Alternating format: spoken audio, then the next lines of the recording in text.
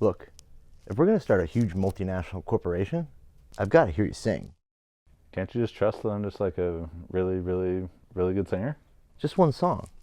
Just so I can hear what your voice sounds like. All right. No big deal. Just one song. Just gonna go ahead. Just jump right into it. Just start singing. God, heart is beating so fast right now. People are talking about people. I just ignore them, but they keep on saying we'll laugh just a little too loud. We stand just a little too close. We stare just a little too long. Maybe they're seeing something we don't, darling. Let's give them something to talk about. Let's give them something to talk about. How about love, love, love? I didn't want to sing too loud. I don't want to wake up Robert and Nancy. And I've had a sore throat for a month and a half. And this is not an appropriate acoustic environment for you to request something like this of me. Chad, you got to know, I'm not just some guy. That is the voice of an angel. I can't even make eye contact with you right now. Your voice is like the combination between Fergie and Jesus. How come you can't do that in front of people? You messing with me right now? It's me, Max. Coming to you from Orange County, California, this is the JuggLife podcast with Max Ada and Chad Wesley Smith.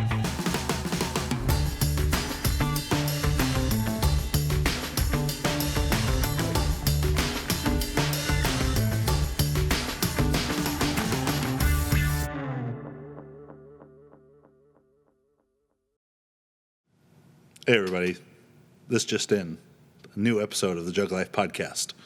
I'm Chad Wesley Smith, joined by the notorious MAX, Max Montana Ada. How you doing today, my good man? I'm doing pretty well. Pretty well. Excellent. Well, before we get into things, let's give a quick thank you to the sponsors.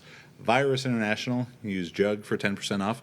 Grind Sports Nutrition, very simple but effective supplements designed by the fine minds at Renaissance Periodization. Jug 10 for 10% off.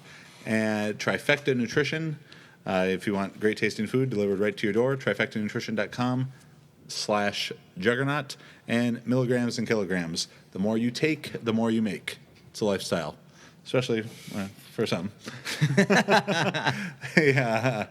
So today we're going to be answering questions that came to us through Instagram, YouTube, Facebook, all the different places, on a variety of topics. So let's just go ahead and get right into it. Question number one. All right. What is the benefit of powerlifting hypertrophy cycle if you're isocaloric? So we got this question in a couple different forms on Instagram, asking about cutting during a hypertrophy cycle, or not actively trying to gain weight during it. So if you're cutting or you're not trying to gain weight, gain muscle actively through that training cycle, hypertrophy, I guess, then would be a bit of a misnomer. Yeah. It's sort of a semantics issue at that point. We could call it a general training block. We could call it maybe a work capacity training block.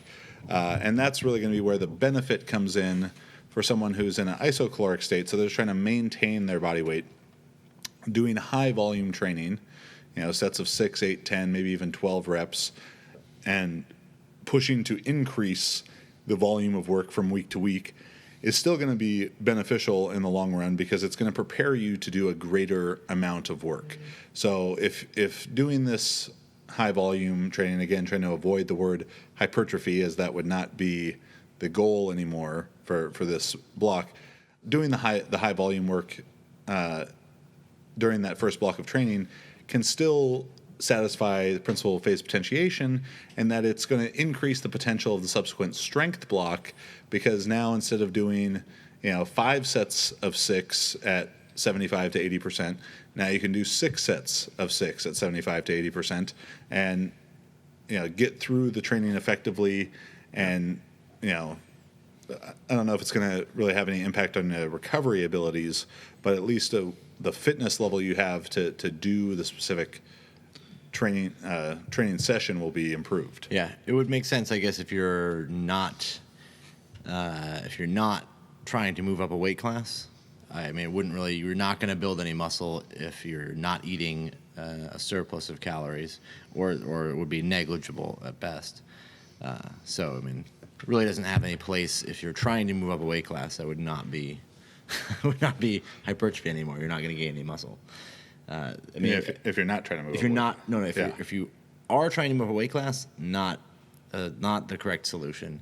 If you aren't Being trying isocaloric. to, if you aren't trying to move a weight class, then it would have merit in that that phase just changes a little bit. Its end goal is a little bit different than it was as a hypertrophy block. Yeah, the training isn't necessarily going to look very different. Yeah, the training would look very similar. Yeah, it as a whole might need to be lower volume than the training if you were in a hypercaloric state, just because you don't have as much fuel for your training. So getting into the idea of being in a hypocaloric state, something I'm an expert in, weight cutting. And we're going to do a more in-depth, or Dr. Israel is going to do a more in-depth video on the relationship between phasic structure of training and phasic structure of dieting. But trying to cut, doing that in a high-volume training phase, again, hypertrophy would be a misnomer because you're not going to build muscle when you're in a calorie deficit. But I would still advise people to do high-volume training while trying to cut weight, because when you do high-volume training, you have a greater caloric expenditure. And with that greater caloric expenditure, it means you can eat more and still be in a deficit. So if you're doing low-volume training, which, just for the sake of example, let's say requires 2,500 calories as your maintenance, and so now you have to eat 2,200 to be in a deficit. But if you're doing high volume training, which requires 3,000 calories instead of 2,500, now you can eat 2,700 and still be in a deficit. So you get to eat more, and which in the long term will give you more flexibility to your dieting, because if the number starts out too low, you do low volume training and you can only eat 2,200 to lose. Well, as time progresses, you're going to have to eat less and less and less to continue to lean out. But if you allow yourself to start at a higher number, you're going to give yourself kind of more room to progress.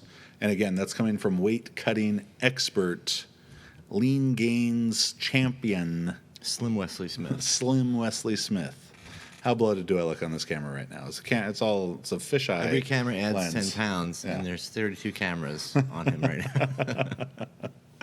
So, yeah, it does have a benefit, though it would be a bit of a misnomer, as it's no longer the goal of hypertrophy. Rather, it would be the goal of work capacity or relatively general training to satisfy the principle of variation, avoiding adaptive resistance. Because if all you do is single, it's going to stop having much benefit. Case in point. So throwing in some higher volume work just really for the sake of variation almost, but with the goal of avoiding adaptive resistance will be beneficial to you. So this question coming in from Question number 2. coming from Instagram from Dominic Bai said, what current lifters, powerlifters and weightlifters impress us the most? I would say Lasha, I don't know how to pronounce his last name, but the super heavyweight who snatched 217, incredibly impressive. It's Lasha Tzltlklub. Lasha tzatziki sauce. He's by far the most impressive lifter currently in the realm of, 217 is the absolute best snatch done ever in the competition in weightlifting, and competition is the only place that weightlifting counts or matters. And I think the weights he's lifting by themselves are incredible. Yeah. Then when you factor in the other aspects like his age, he's a pretty young 22? Pretty young guy, yeah. Something like that? That he's doing it in big competitions. Yeah. First the world record at the Olympics, then increasing the world record at European Championships. Yep. And then when you look at the guy, he's not the body type you associate with He's great weightlifting. Looks like a plumber. Yeah, I mean, besides just having a sort of this regular shaped body, He's big. Very big, like 6'7". Yeah. But he's not 6'7" with short arms relative to his body. No. Like when he stands up with the snatch, It's very, very yeah, strong. the bar is like 9 feet in the air. That 100-kilo muscle snatch video Yeah, of him. it's very easy. You know, the thing that's really impressive to me about him is that not only is he a very, very, very strong lifter, he's an excellent technician. And it's very easy in that regard to be, you know, Razazadeh was a very ugly technician. I mean, Person. Man's got an ugly body. Your words, not mine. But, you know, he was not a pretty, you wouldn't say, oh, Razazadeh is like a model, beautiful technique, really, really nice. You know, Salimi, very the same. Like, they're just, it's all about big numbers and be as strong as possible. You know, Lasha looks like he's very, very well trained. He's been brought up in a system that's very productive, very, very concise. You know, his movements are excellent. They're crisp, sharp. All his technique is really, really pretty. So he's, you know, that's impressive to see that. Not just some incredibly strong guy, because he's also very, very strong. Yeah, on the powerlifting side of things, for me, you know, a couple of weeks ago we were at the U.S. Open. And we got to see a lot of people who are definitely impressive, you know, but I came away less impressed by some people than I went in being. Yeah, everyone's gonna have bad meets. I've had bad meets and injuries happen and all that kind of stuff. Yeah. But let's say for Belkin in particular, you know, he's made massive totals and is incredibly impressive. So please don't construe this as me saying that I don't think that he's impressive. But I went in with an image of him in my head as basically mini Milanichev. And I've competed maybe 2 times in the same meet as Milanichev now and been around him for another 2 meets. And between those 4 meets, I believe he has missed 3 lifts. 1 deadlift, in which was after the misload at Boss of Bosses 2, and he got injured on. Yeah, that I think was extenuating circumstances. A bench at Boss of Bosses, I believe. I only think he missed a bench there, and he was coming off that torn pec like 2 weeks before. And then a bench at Big Dogs, in which I think it was the judge. He missed it on a technicality that I think was the judge's fault. Not that it was a bad call, but they called him for like a heave or sinking the bar after the press command, but that was because they gave him the press command too early. Like the bar had never stopped when they gave him the press command. So he was just benching to his own sort of tempo, and they forced him basically into it. But the moral of the story here is Milanichev doesn't miss. And I saw Belkin miss a lot of lifts. So, yeah, he's extremely impressive, but I came away less impressed, I guess, than I was expecting to be.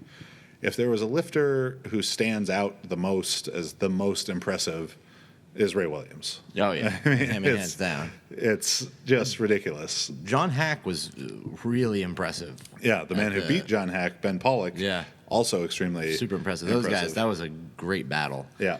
Yeah, but Ray Williams, by far, is just so far out in the front of that pack. Because for me, it's like, what is the end of this? I mean, the potential, it's not like he, 12 years into his career, 15 years in, he eked out that 1,052.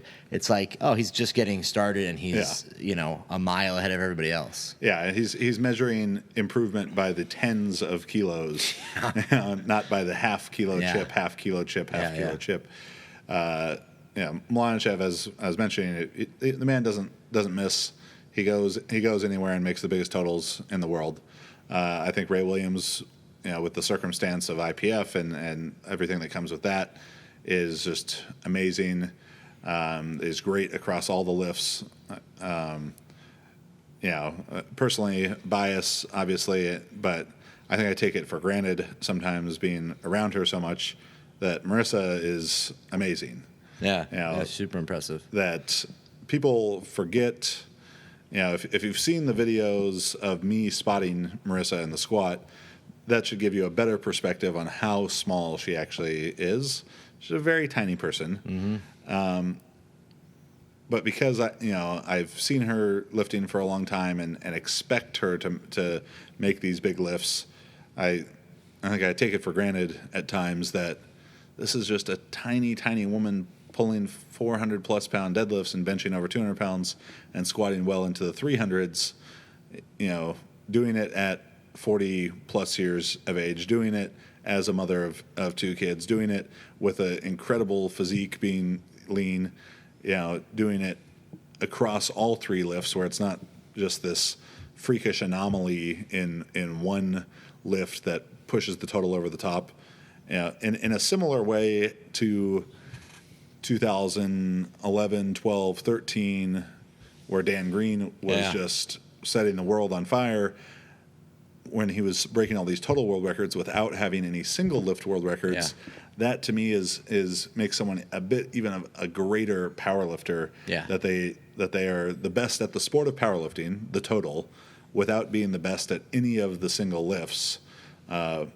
So meaning they have to be great at all of them and doing it, with a near stage ready physique. Yeah, that's very true. And then doing that in the USAPL IPF versus the not pushes it even to another level. Yeah, the milligrams and kilograms lifestyle. So and there's so many out there, and that I'm sure we're forgetting. You see the training videos of some of it's impossible to these say. Chinese guys, Tian Tao's training videos where he's squatting 300 for a triple or something. Yeah, something ridiculous. Just insane. But it's like, and I think that's a huge thing to remember is like, that's awesome. He does it in training, but it just doesn't mean shit. It's not. I mean, there's a million. How many guys on Instagram are there out there doing big lifts? They don't ever go to meets. It's like you're not a weightlifter. You're just a guy working out. Like, it's awesome. It's impressive and strong, but it's not weightlifting. It's not powerlifting. To do it at a meet, it doesn't mean anything. If the question was who's the most impressive strong guy, it changes the context of it. Thor Bjornsson. And those guys are just a whole nother deal. But when the question is who's the best powerlifter, who is the best weightlifter, who is the most impressive in that, you can only quantify that by meet performance, because that is the sport of powerlifting. That is the sport of weightlifting. It is not the training. It is the one day when it matters, when 3 judges sit in the chair and say, yes, that was good. No, that wasn't good. Yep.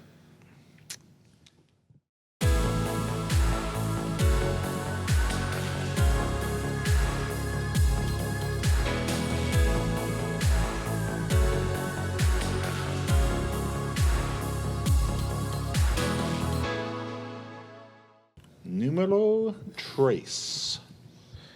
Angelia Hayes asks, what are your recommendations for training immediately following a powerlifting meet? So we'll talk powerlifting and weightlifting here. And so much of what we and everyone else talk about is how do you get ready for the meet. But then the post-meet time gets into this sort of murky, mystery type of time. And the first thing that has to be considered after the competition is, are you healthy?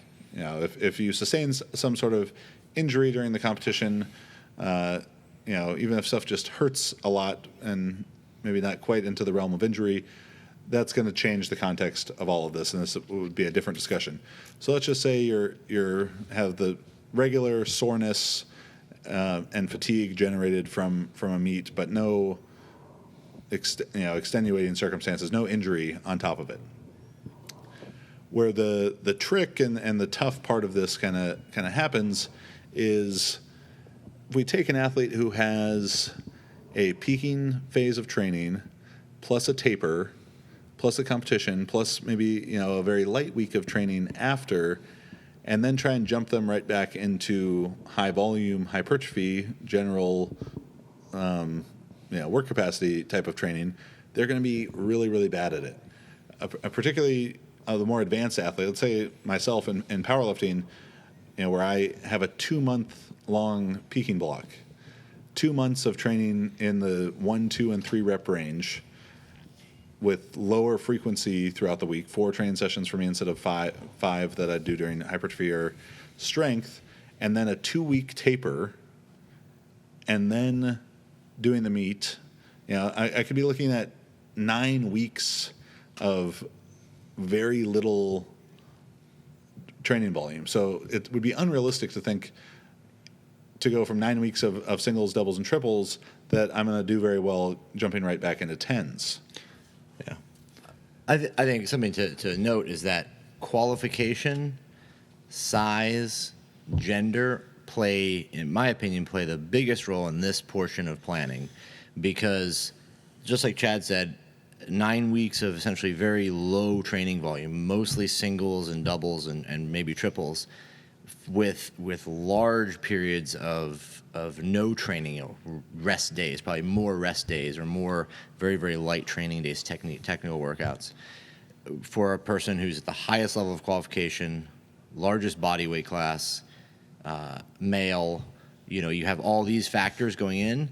The training has to be planned well so that same for weightlifting and powerlifting, but that you're accounting for all of that, and you're accounting for the subsequent, I don't know what you would call the phase, like a reactivation, but essentially an interim transitional block where they go from very, very low training volume to a very moderate or a moderate training volume that's preparing them for an actual, full-on hypertrophy block. And this goes in either direction, whether moving from hypertrophy to strength to peaking, and then coming back from peaking back into hypertrophy.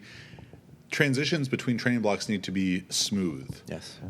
Very abrupt changes in training are going to be more likely leading to injury. So that needs to be taken into account. So it's basically the length of this phase is going to be determined by size, strength, gender, proximity to career peak. Immediately following the competition, doing some training is a lot better than just hanging out for a week. Doing very low structural stress training just to promote blood flow in the muscle is going to improve recovery. So, maybe you don't squat at all that week, but you go in and leg press and do all machine-based workouts. It's totally fine because it's going to be a lower neural stress. It's going to be easier on the body, but it's going to achieve the goal of blood flow into the muscle, which is going to promote recovery. So for someone who's very, very advanced, that could be 2-3 weeks like that. For someone who is just finishing their first meet and has been training for under a year, that might be, they compete on Saturday, and they could probably go do that on Sunday, Monday, and start training regularly again on Tuesday. Just from a practicality standpoint, it's probably going to be at least a week of that. It might be the first couple days with just the machines, and then the second half of the week, this sort of ramp-up phase, which will be the next thing I mention. And I've started to implement this a lot more with my more advanced lifters, Brandon Allens, Andy Huang, Steve Gentili type of guys, is we can't just jump back into, we can't go peaking, taper, meet, easy week, 5 sets of 10 the next week. So what we'll do to ramp up into that, let's say our goal the first week of regular hypertrophy is to do 5 sets of 10 in the squat, 65 to 70% intensity.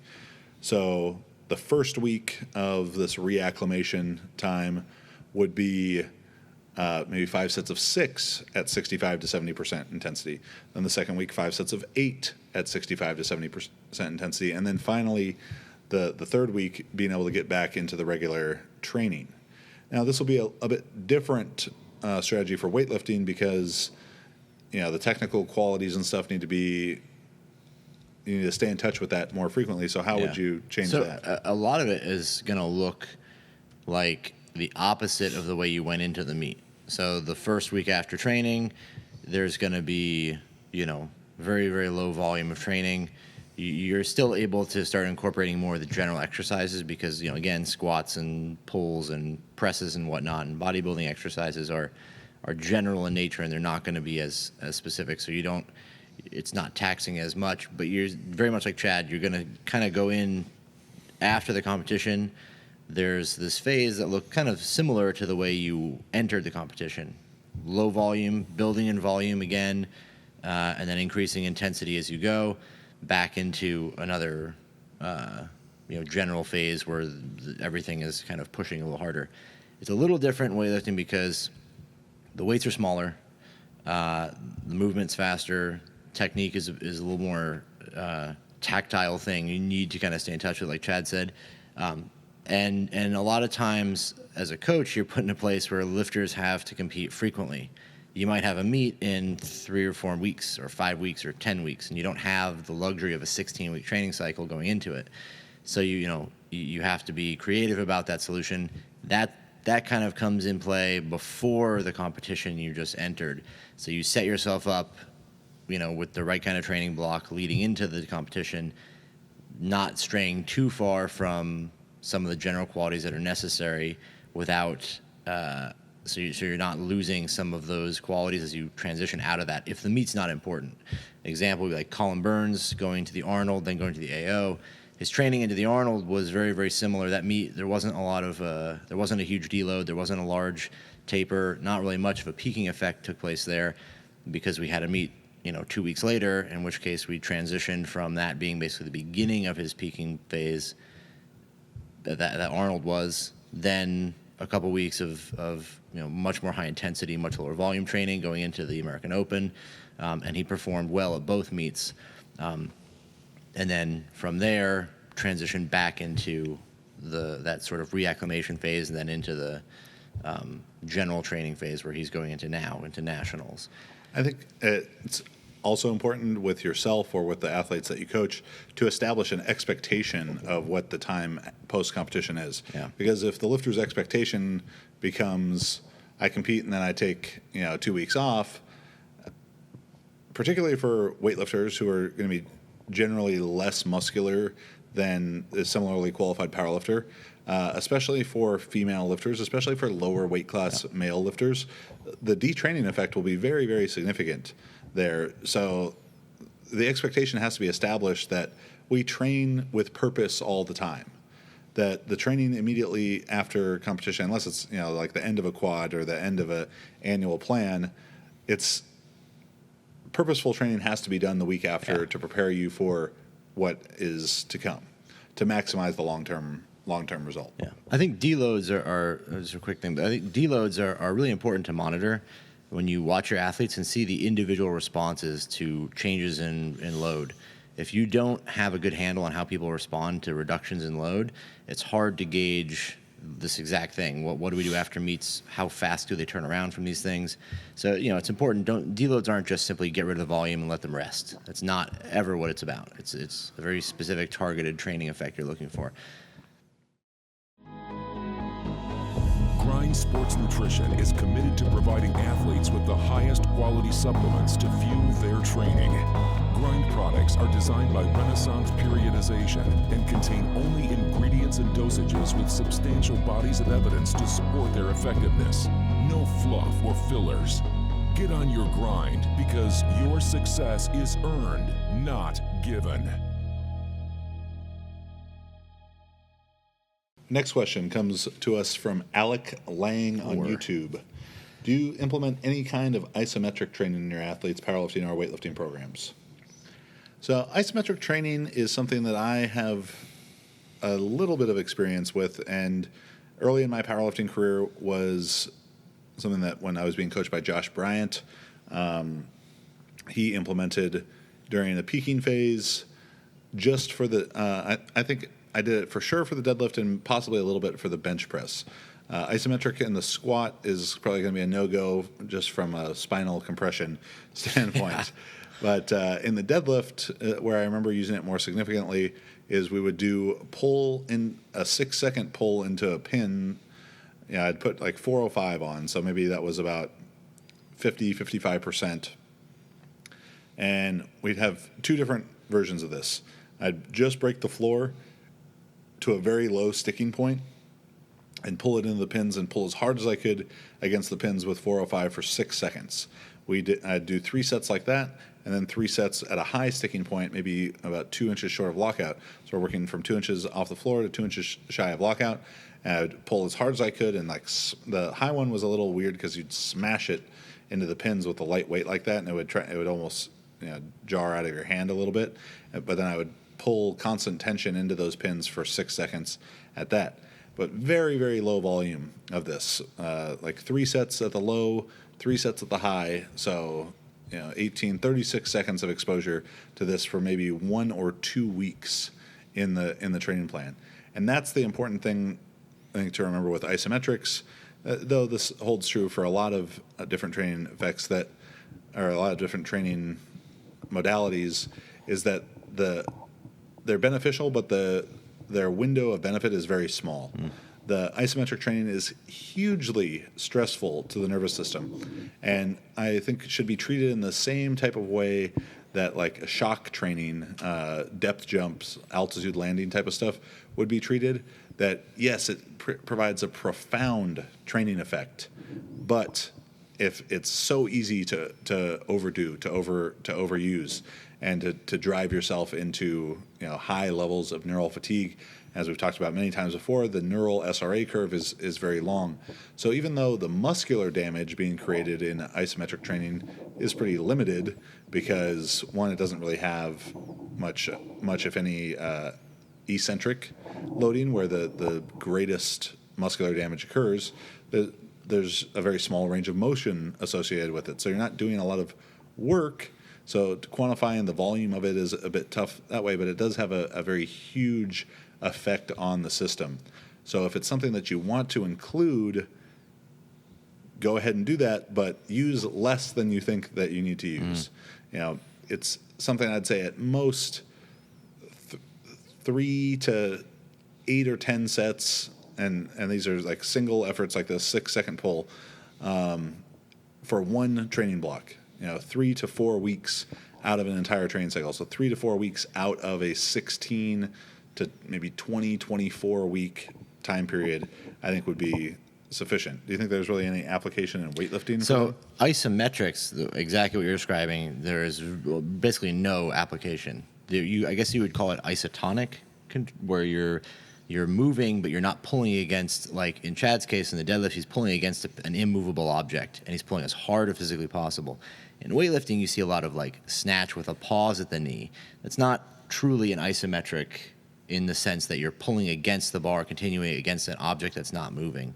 And so those kinds of isotonic exercises play a huge role in weightlifting in terms of developing technical skills, a lot for beginners and just learning the positions and practicing, but really not considered an actual isometric or traditional isometric training. So it doesn't really play any role in weightlifting that I've seen pretty much anywhere. They did used to do it long time ago, but it's really lost fashion now. It's not really done anymore.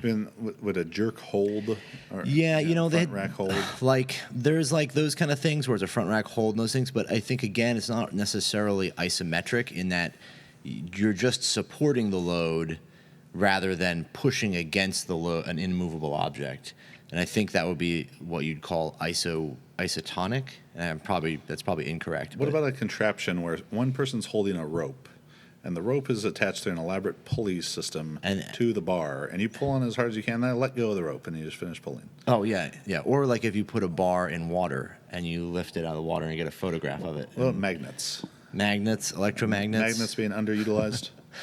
Yeah, lava too is a good. Maybe when who's the Magneto? Magneto. Yeah, he's he'd probably be a good weightlifter. All right, and our final question for Number 5 today: should powerlifters, and we'll include weightlifters in this as well. And this question comes to us from Tyler Overton on YouTube. Should powerlifters and weightlifters include explosive movements like sprints, jumps, and throws in their training, and what block would they be included in? So this stuff was certainly a big part of my athletic background and a big part of my early powerlifting career. I came from a track and field background, was a shot putter, a fairly accomplished one, and had done tons of sprints, jumps, and throws in my life. And I think that those created a great foundation for my success in powerlifting. Even early in my powerlifting career, I would still push for very high box jumps, doing a 50-inch seated box jump when I weighed about 290, a 45-inch seated box jump while wearing a 30-pound vest when I weighed 307. The throws and sprints weren't something that I really included then. I know Dennis Cornelius likes to sprint. He does that every week. In my opinion, it's not worth the injury risk. Yeah. There's just too much chance for soft tissue injury, pulled hamstring, pulled quad, something like that. in sprinting like that. But the jumping would have more application, and the same for weightlifting, more application there. But the timing of it and the strategy of the loading is very important. If it's something that you've never done before, if it's never been included in your training, you're going to have to be very purposeful and mindful to have a accumulation block for it. Actually, Kristen Dunsmore, who we coach here for powerlifting, is a very slow squatter. Very strong, but very slow. And in the sort of general training phase we're in, she asked to include jumping in her training because she wanted to try and get faster. So it came up with a accumulation block of jumping for her where it was at constant box height. And box jump is a great option for a strength athlete because it reduces the force of gravity in the landing. So you're jumping up and maybe only falling, 2 or 3 inches onto the top of the box rather than jumping over a barrier like a hurdle and falling, the whole length of the hurdle back to the ground. So with joint health in mind, that would be a good option.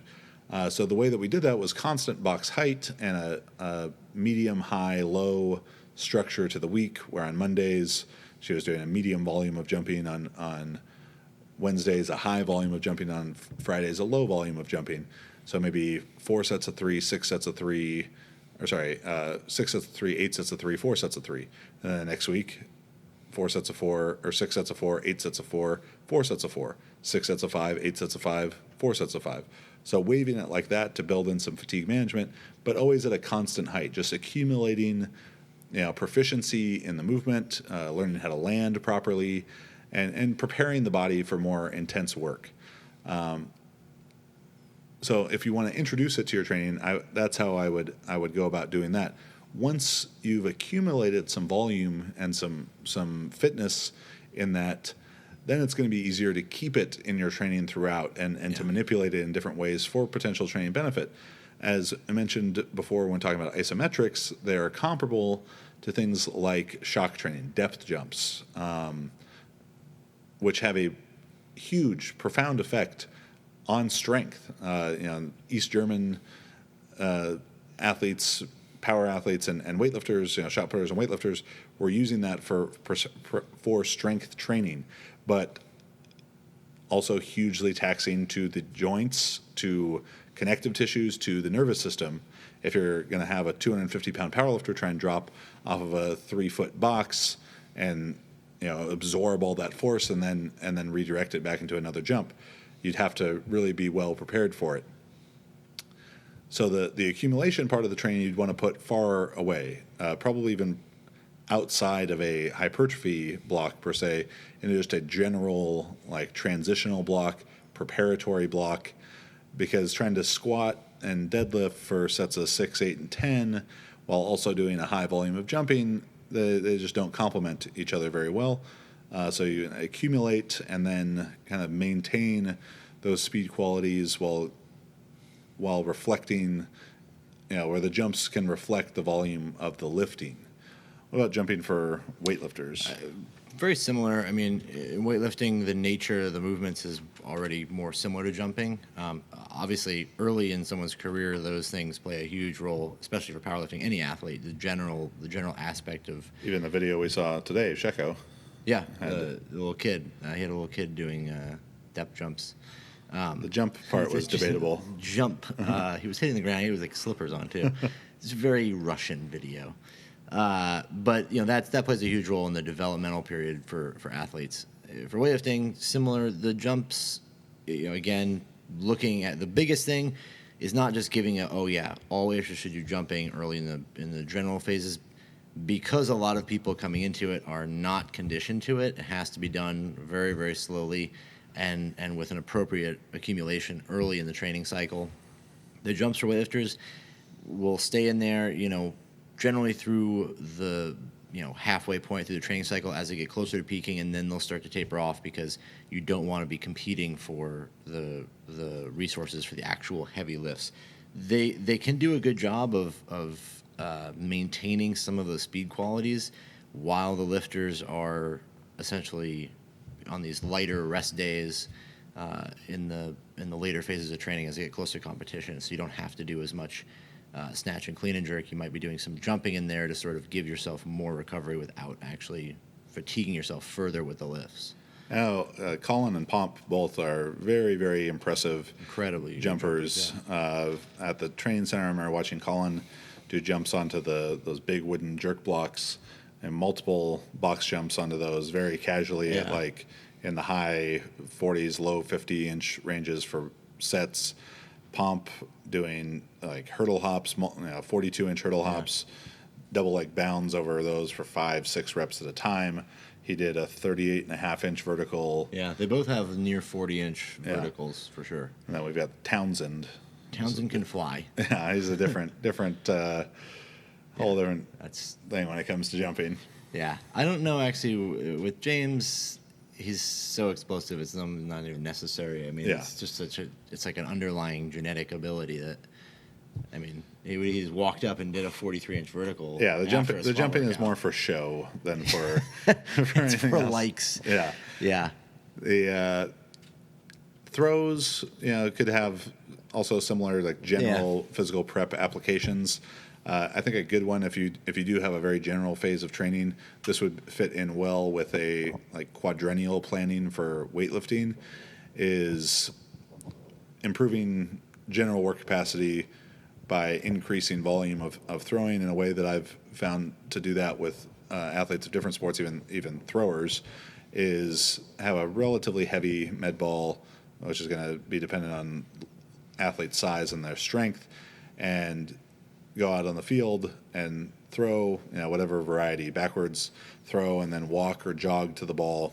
Yeah. Then another throw, walk or jog to the ball. Do that for a set amount of time, 10 minutes, 12 minutes, 14, 16, to increase volume through increased time, or to increase density of work. How many throws can they do in X amount of time, or to try and do more. Those are the two. Yeah, no, I mean ways. those are actually two things I would probably be inclined to incorporate in the training of weightlifters. I mean, in general, I probably haven't in most cases, because there's usually some kind of time management or just whatever constraints of the actual yearly calendar. Yeah, the But qualifying process for American weightlifters, in some ways, I think does a disservice to the long-term training plans for them, because they have to lift now, they have to make big lifts now to get the performance stipends, to get on the various teams, to receive the benefits of their performance. It's hard to say. It's hard for someone to be in a position to kind of take that first year of the quad and do the type of training that may set them up for greater success in the fourth year of the quad when it's most important, because they can't be quite as general in nature. You can't step far enough back from it to develop a new foundation. I mean, to be fair, actually, Kendrick Ferris competes very infrequently, and he's been the most successful, most accomplished lifter in the country. I mean, we just saw a video of him doing like 250 for 10 back squat, so clearly he's probably not going to be at nationals. And that process has probably allowed him to continue to develop tremendous general physical qualities, even up to this point, being a 3-time Olympian. He's still setting PRs in these general kind of workouts. 10 rep max squat is pretty far removed from platform, Yeah, where these lifters from other countries who have, a bit more established national team practices and maybe international team qualifying that's not as much based on immediate in the immediate how much can they lift, how much did they lift at this meet, or we have 5 or AO1 nationals to qualify for at universities, on top of that for people of the right age to qualify for Pan Ams, and then nationals, Pan Ams, AO2, AO3 to qualify for Worlds. There's so many opportunities. It forces the athlete to compete maybe too often, so they can't take that step back and lay the huge general foundation of the training, where you see Ilya Ilyin, RIP, taking that whole year away from training Yeah. after the Olympics. Yeah. To do very general training. I will say, I mean, that even kind of goes back to their question of time off after meets and this, but like, without a doubt, there's a big benefit to this. And I think it's not easily seen by people because they're so fixated on what's up front is what is my best snatch and clean and jerk? And even worse, what is my best snatch and clean jerk today? Getting removed from that and reestablishing the foundation and development of the actual, development of the athlete and monitoring of the process, and establishing the training cycle being a much longer time frame is going to be far more beneficial for athletes. You can even see it in the short training cycles where there's some time between the competition and the start of the general phase. The lifters generally perform better at the end of those training cycles than they do when they're, 16 weeks versus 12 weeks. And those first 4 weeks are maybe very general in nature, like we're talking about. And we talk all the time about phasic structure to training, and most of that time we are referring to a single training cycle, but phasic structure to training applies in the short, medium, and long term. I have an article series, it's probably 3 years old now, called The Consolidation of Stressors that addresses this. So we have consolidation of stressors in the short term, a single training cycle, the medium term, the annual plan, and the long term, the athlete's entire training career. Now that medium term could also be applied to the quadrennial training plan, but really spreading it out to apply the principle of phase potentiation, not just to, all right, I did sets of 8 and 10 in the squat to increase my general strength, which I'll realize, 8 to 12 weeks later at a meet in a peaking phase. But, this year, 2017, I did gymnastics and swimming and medicine ball throws and jumping and all this stuff to increase my potential result in 2020. Yeah. And it's a hard thing to grasp because a lot of times people they're put in a position where it's like the sort of culture here too, the dog eat dog sort of everybody's in the mix and just the best man win. It doesn't really allow for the best possible results at the end, and I think that a much longer discussion, but it definitely stifles, I think, the potential for results we have. Yeah, and the lifters who have been able to buy into this idea in the shorter term, like Colin and Courtney and stuff, who aren't concerned with, seeing a lifter make whatever weight on Instagram Right. at 8 weeks out or 10 weeks out and get worried that, I'm behind them right now, because we understand, well, if this person's, maxing out all the time, Yeah. how is their result going to change 8 weeks or 10 weeks down the road? There's no predictability to that. It may be improved because they had a good day. It may not be because they didn't. But when they understand, okay, the reason I'm doing, like Colin did 65 at the end of the high volume with the hypertrophy or general training, even though his best result is 75, in a less experienced, a less mature, a less disciplined athlete, that may cause panic. Yeah. And they may think I'm 10 kilos away from my best, where in reality, I'm 5 kilos ahead of where I was in this training cycle last time. Yeah. Because I know I can't or won't be able to lift 75 right now because of higher fatigue levels, because of lower speed qualities. But it's not when they need the best speed qualities. That's a big I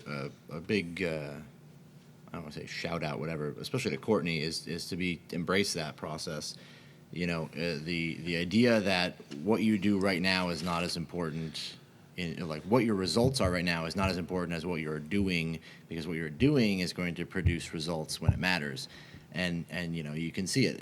It happens at there's a reason that two of them both have American records and have improved their American records from before we started this process.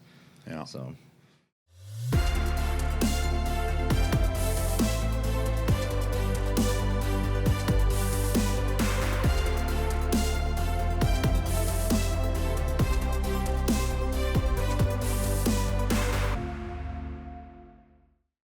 So hopefully some very good discussion for you all in there. Some, I think, very insightful answers. So good work there. Boom. Yeah.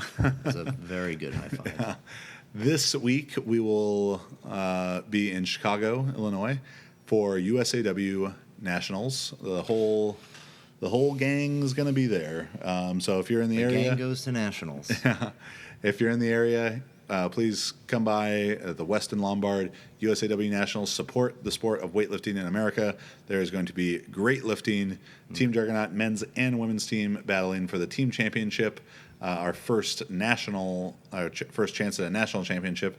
The women already having the American Open title and American Open Series title. They win all the American Opens. Well, they're the best women's team. They're my favorite women's team. So come by, check that out, say hi, take a picture, whatever it is you want to do.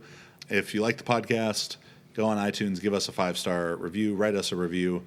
We always like reading those, just the genuine ones that say we're doing a great job, or the funny ones. If you didn't like it, please don't bother writing a review. It's just go on and do something else. Max, where can they find you? You can find me on Instagram, Max Ada. You can find me on Facebook by the same name. You can email Max at JTS Strength. Any questions or comments or anything you have about the Juggernaut online coaching, or you can go to juggernautcoaching.com for any more information there. Make sure you do visit juggernautcoaching.com because we have new programs both for masters weightlifting just released and super total training, the combination of powerlifting and weightlifting. So make sure you go check those out. Thank you for subscribing to our YouTube. We're very proud of the content that we have on here. If you want to find all of the JuggLife episodes, plus merchandise for some of our great sponsors like Pints and PRs, Pop-Tarts and Power Cleans, visit thejugglife.com. I'm Chad Wesley Smith, at Chad Wesley Smith and at Juggernaut Training on Facebook and Instagram. Filling up your news feed all day. See you next week.